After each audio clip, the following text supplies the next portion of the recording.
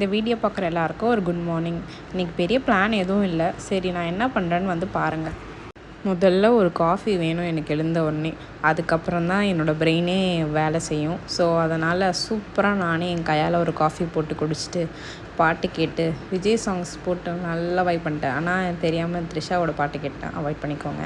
அதுக்கப்புறம் கொஞ்சம் பாத்திரம் கழுவுற வேலை இருந்துச்சு, அதையே முடிச்சிட்டேன். ஆக்சுவலி எனக்கு யாருமே வீட்டில் என்ன வேலை செய்ய சொல்லாமல் நானே வேலை செஞ்சால் சூப்பராக செஞ்சுருவேன். ஸோ பாத்திரம் கழுவிட்டு போயிட்டு நல்லா ஃப்ரெஷ்ஷாக குளிச்சுட்டு வந்தேன் பாருங்கள். அப்போது இந்த தலையை குளிச்சுட்டு வந்ததுக்கப்புறம் ஒரு ரிலாக்ஸேஷன் கிடைக்கும் பாருங்கள். இன்றைக்கி சண்டே வேலையா, ஸோ சைட் டிஷ் இல்லாமல் நம்மளுக்கு இறங்காது. அதனால் ஒரு எக் ஃப்ரை பண்ணேன். அது கொஞ்சம் இப்படி சொதப்பிட்டேன் லைட்டாக.